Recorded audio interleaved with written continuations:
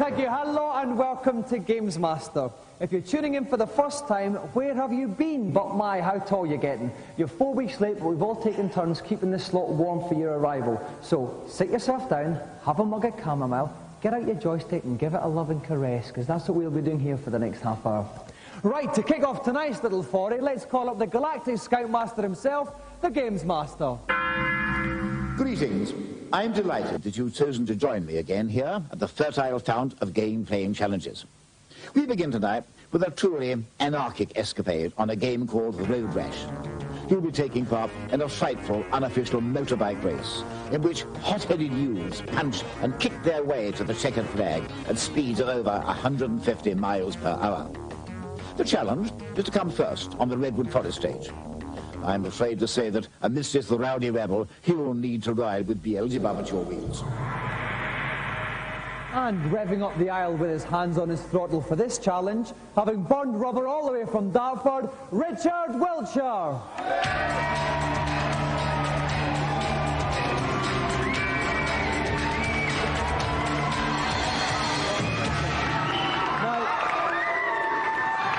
Now, settle down. Now, Richard, you've never actually played this game before, but you're a bit of a biking boffin, aren't you? Yep, I've played everything on the Amiga, and it's a good racing game, and I enjoyed that. I'm good at that, so I reckon I can handle this. OK, now in this game, you've got to kick, punch, generally get a bit dirty. Can you handle that? Well, I think so. On Super Hang On, there was a cheat mode where you use a machine gun, but I've never used my bare fist before. OK, if you'd like to sit yourself down in a hot seat, we'll get ready to play, Richard. And riding pillion with me in the pulpit, no stranger to leathers himself, is Sega Power's Neil West. Welcome, Neil. Thanks, Dominic. Now, Neil, a bit different from your average bike game, this. What general tactics can you give Richard? Okay, it's great fun beating up the opposition, but it does waste time, yeah? It's quite a short race, so he's got to get to the front early, so if he can overtake, then do so. But if he does have to get rough, then try and grab the stick off one of the other riders. Right, we'll look forward to that. OK then, Richard. Punch, kick, overtake your way through 14 other competitors to win the race. Are you ready? Yeah. Rev up your bike and start the race. OK, and off goes Richard. We can see, oh, he just Straight into the smacked someone there right from the start there. We obviously know what Richard's aiming to do in this race. No problem at all. Right, if you notice in the bottom right-hand corner, the number that was 15 is now up to 14. That's showing his place, yeah? He knows there's 14 other riders. Now 13 other riders still ahead of him. He's whacking them about. He's now chasing Sid. He's fighting pretty rough. Is Sid going to be a problem to him? Sid shouldn't be a problem. The guy to watch out for is a guy called Biff. He's got a baseball bat. Right. He'll do his best to swing at you with it. But the trick is a little bit of air there. Not Sid just lost it. Just did the business. Oh, he's got the car in front. Oh, he just managed to dodge that one. You do not want to go into the back of a car. It's bad news. OK, now he's coming out on Dread here. That's right. Dread's Ominous sounding character. Smacked him in the face, and he's out of the race. He is. As you see, Dread went down to half energy. If he'd taken another hit, it'd have fallen off. It's really quite good because the other riders actually have their own characteristics. Some are nice, some are nasty. Some will get in your way, some will try and block you, some will get out of the way for you. OK, so we're just over a third of the way through the race. He's in ninth. Down he goes. Right, he's now going to run to his bike, get on it quickly and rev away. Pulls a wheelie and off he goes. And of course he's lost a lot of time there. Costing time. More importantly, the riders who are behind him now have the chance to overtake again. So he safely missed that one. Another thing he's got to watch out for. Another thing he's got to watch out for is policemen.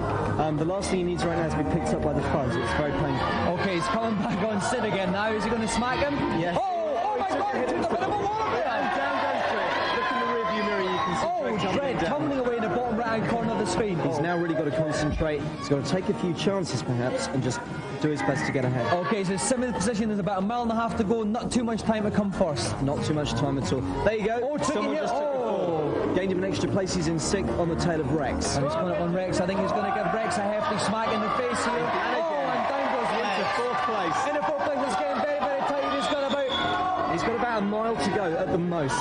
Rich is going at full weight. Oh, there's two in front of him there, actually. Could be coming up in a second here. He's up there. He's coming in 2nd place. Could he come in 1st place? Just went it. So Richard finishes in 2nd place, but it's not good enough to win the challenge. Now, it was a very It was a very, very close race. 1.6 seconds between you and the eventual leader, Viper. What went wrong for you? Well, obviously the crash. I had no time to practice my green cross code as I went through the intersection. I had to go flat out to win. I was unlucky there was a car coming at the same time. Okay, well, unfortunately, we can't offer you our prize, but have you enjoyed coming to play GamesMaster? It's been a great laugh. Well, we've enjoyed seeing you streak through the forest, Richard. Ladies and gentlemen, our gallant loser, Richard Wiltshire.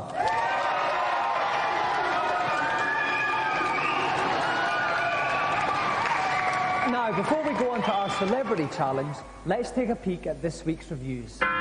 This week, it's fantasy role-playing games. First up, return to the time when dinosaurs ruled the earth and Mars bars were only 10p in Shadow of the Beast. Lovely graphics, nice backgrounds, nice animation, but the gameplay sucks a bit, and after a while you just get a bit jarred off. Looks good, plays fast, but doesn't offer anything new in the final analysis. It's a bit of a disappointment. It's got a big name, but not the gameplay to back it up.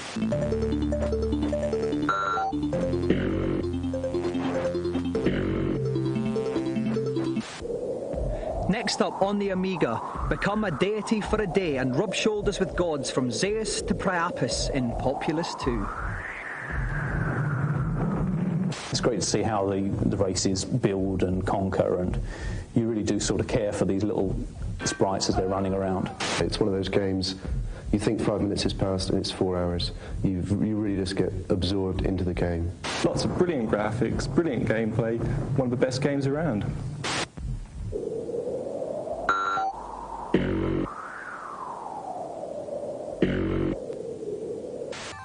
Finally, on the PC, a medieval romp around ye oldie merry England in King's Quest V. It's not pushing back the boundaries, looks good, but it's a bit too cute for my liking. It's so American and apple pie that you just want to vomit every time you load it up. There's no sex, no violence, and absolutely no fun, I'm afraid.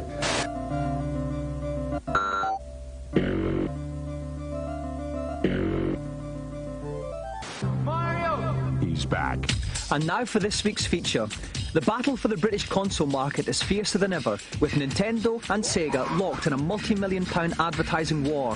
Sega marketing supremo Philip Ray had a wee chat with us about Sega's battle plan. I think Nintendo probably take a more Unilever type approach to marketing, which means that they are probably more conservative. We like to do things which are a little bit off the wall and a little bit rebel, because we feel that the Sega brand needs to be seen to be street cred. If any one man is responsible for the street cred appeal of Sega's hardware, it has to be Jimmy, the swarthy game-playing star of Sega's campaign. Well, can't play Super Monaco all day long. Not unless you have one of these. Jimmy is a hero. He always gets the women. He's brilliant at playing Sega games. If he played pool in the pub, he'd win. He's probably got a Harley-Davidson bike, and he's probably a brilliant surfer in California. So with all those things, I think every man would love to have those qualities. Maybe, but Jimmy's creators were hopelessly wrong with their early ideas of how a game-playing hero should look. It was horrifying, because we got it so horribly wrong.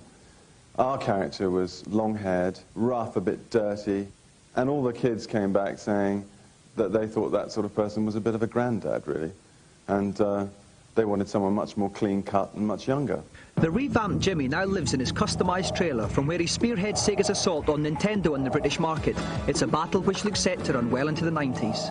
Game over, sunshine. If you'd like more information about anything you see in the programme, you can call the GamesMaster Club. We'll give you the number at the end of the show. So, some sound advice on where to put your pennies. Now it's time for our celebrity challenge, and we'll go over to GamesMaster to find out what it is. Welcome back. I hope you weren't put off by the rather violent nature of my first challenge, as I'm sorry to say my second offering is also not in terribly good taste. It's taken from a game called Heimdall, and is set in the drunken atmosphere of a Viking tavern. You have 2 minutes in which to throw an unlimited number of axes to sever the maiden's 8 blades and save her from the bawdy Vikings. But beware, because you're somewhat sozzled. The cursor is extremely volatile, so you'll need to muster all your wits to release the axe at the correct moment. Good luck, young man. A fair maiden's honor is resting on your aim.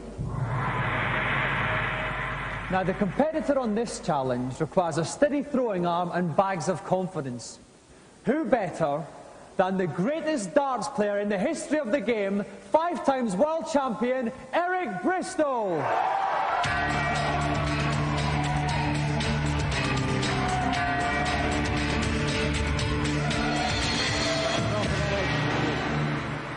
Now, Eric, you've come out with a good few 9-dart finishes in your time, but you're playing with a different set of arrows tonight. How confident do you feel? That's a different game. I've had a practice at it, but I'm not brilliant at it. But I'm looking forward to it. It's different, isn't it? Right, now we have to say it's quite difficult to control because being a Viking, you've had a night on the tiles and you're a bit full with alcohol. Will this affect your throwing? Well, I'm used to a night on the tiles, but I mean, not had too much alcohol, especially when you throw hatchets, you know what I mean? It's a bit more dangerous then. That's for sure, yeah. Okay, if you want to see if the crafty Cockney can rescue the maiden, or will his arrows go all over the place, join us after the break.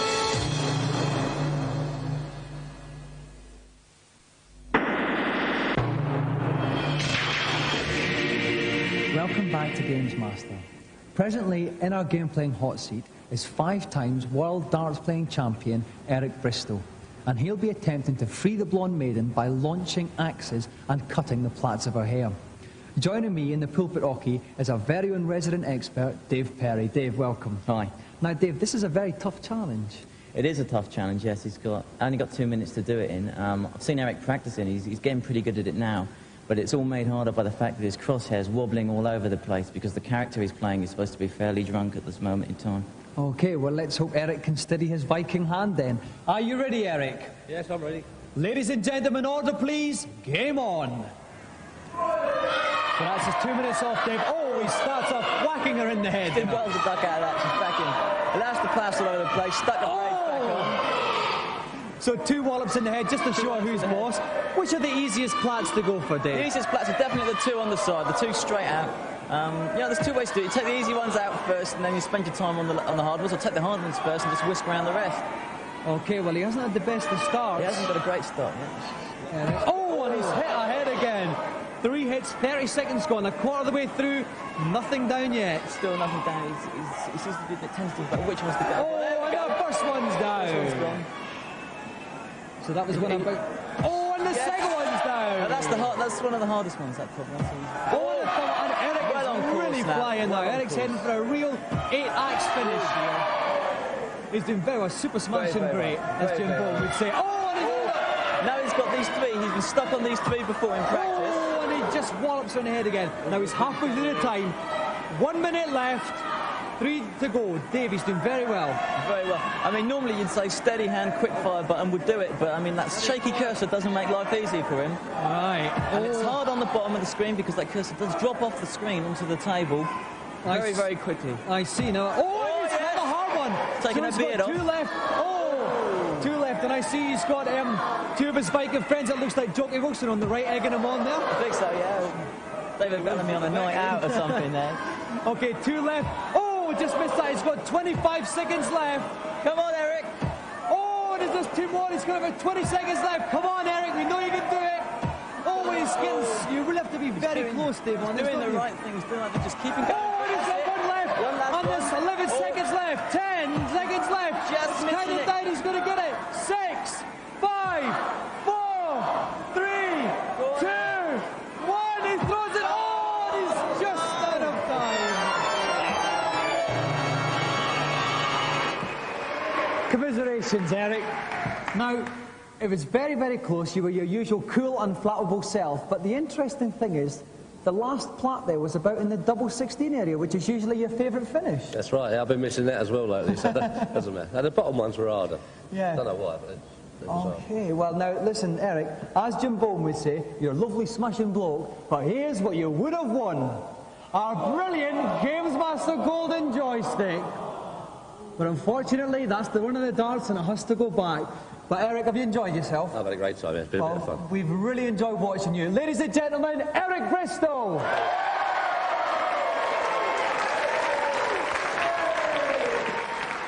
Now, perhaps with a couple of tips and cheats, Eric could have completed one of his famous 9-dart finishes. This is the part of the show where you can get your exclusive tips and cheats in the GamesMaster's Consultation Zone.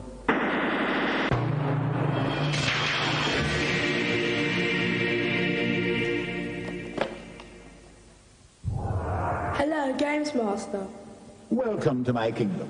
I keep running out of lives on Disney's DuckTales. Is there any way I could get any more? Still languishing behind on DuckTales? Oh dear, you are in need of help. Now please listen very carefully. If you visit the African mines, you'll be sent back to Transylvania, where you'll find 2 extra lives.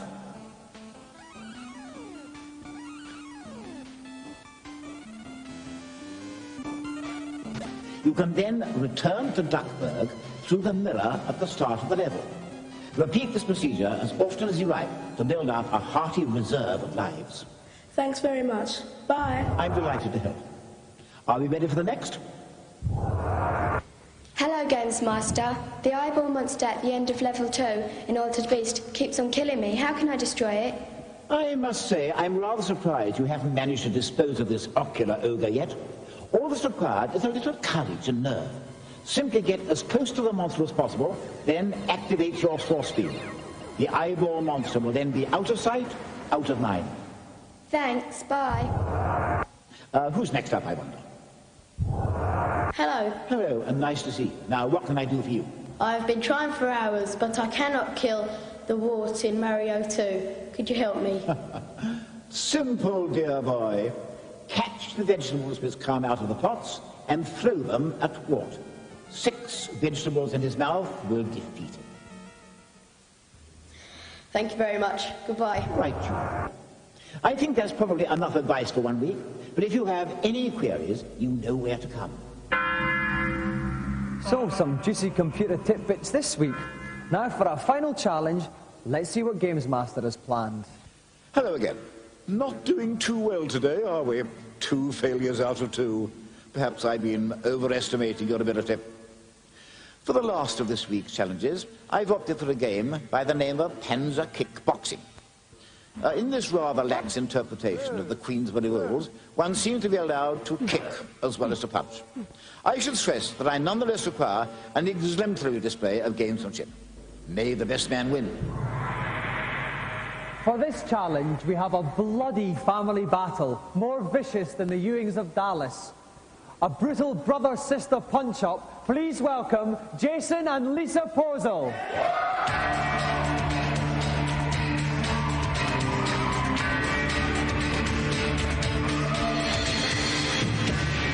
Now, Jason, if I turn to you first, how much practice have you had at the game? I haven't had that much, but I think I can beat her anyway. Okay, so you really fancy your chances against your sister? Yeah. I normally beat her at home. All right. Well, Lisa, I used to fight with my sister, and she used to fight very dirty, pulling hair, biting, lots of things like that. Are we going to see a dirty fight from you tonight? Well, it's not going to be that dirty, because I'm going to win anyway. Okay, well, we've got 2 very confident competitors here. If you'd like to take your seats and begin to fight.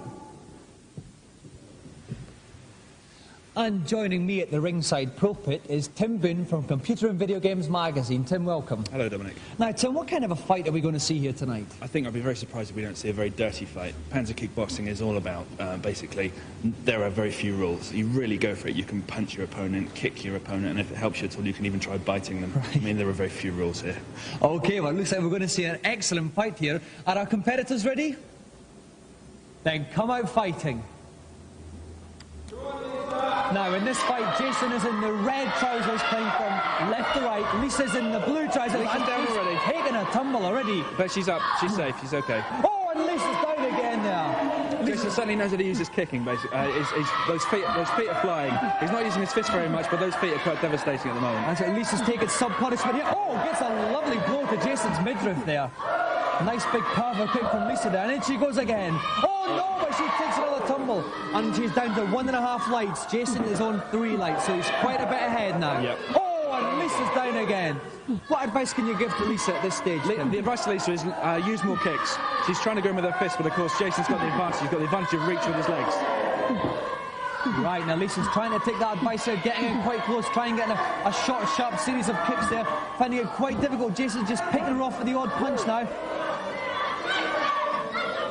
3, 2, 1, and that's the end of the first round. And we think Jason is slightly ahead on points. Certainly, Jason played the clever boxing there. So it's the final round, and they're on 2 lights each, so it's all even now, everything to play for. Lisa lodges in with a flying roundhouse kick, doesn't quite come off there. Oh! Oh, and she connects there. Lovely. Oh, and another one in the midriff. Lisa's coming back like a devil here, Tim. Absolutely, Lisa's... Oh, no, just as I say that, she's down. Oh, dear, Lisa's got to get turning round here. Oh, nicely on the other side of her opponent. And they're just ducking and weaving all around, dodging each other. Oh, Lisa connects. Oh, and Jason's down to 1.5 lights here. This is getting very exciting now. Oh, and Jason strikes back with a flying roundhouse kick, which leaves Lisa flying. It's very, very close here. Lisa's on 2 lights, Jason's on 1.5. There's 23 seconds left. We're looking for one knockout blow from one of the contestants now. One kick or one punch could sort this and decide it completely. So they're both in, going for the big kick here. There's only 15 seconds left. It's going to be ever so close. Jason's down to 1. Oh, Jason's down to half a light. Oh. And Jason's down. This could be the end. Lisa just needs one big kick or one big... And he's down. I think Lisa's done it. He's being counted out. I don't know if he's going to get up from this. Is he going to get up? He's just up from that. And there's 7 seconds left. He's down again. I think he's out for the count here. And the referee is counting Jason out. They're selling advertising on the soles of his shoes, basically. And the crowd are counting him out. And I think that Lisa has won.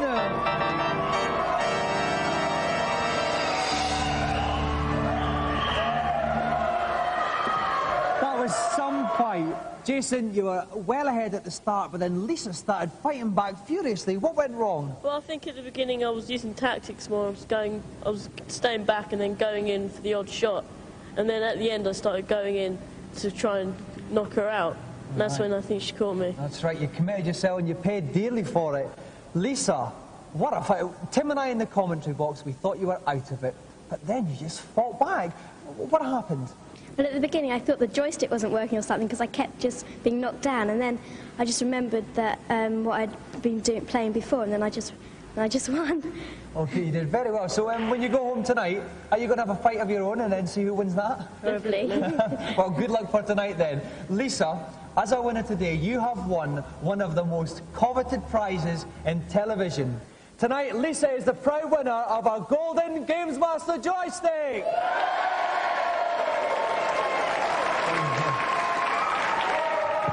Please give another round of applause to Jason and Lisa Porzol.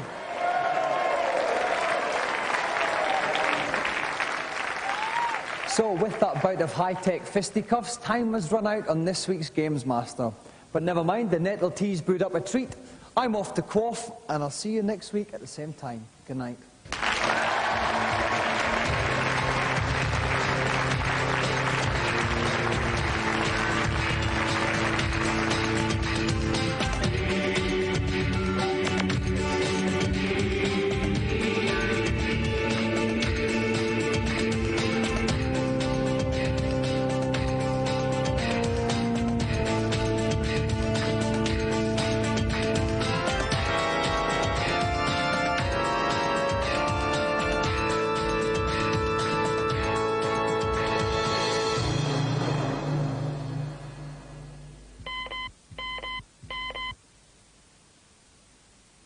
Now for that information about the GamesMaster Club. We have newsletters, free t-shirts and competitions with staggering prizes. The Monk hotline number to call is 0891 600 123. Calls are charged at 36p a minute after 6 p.m. and 48p during the day. Lines are open around the clock.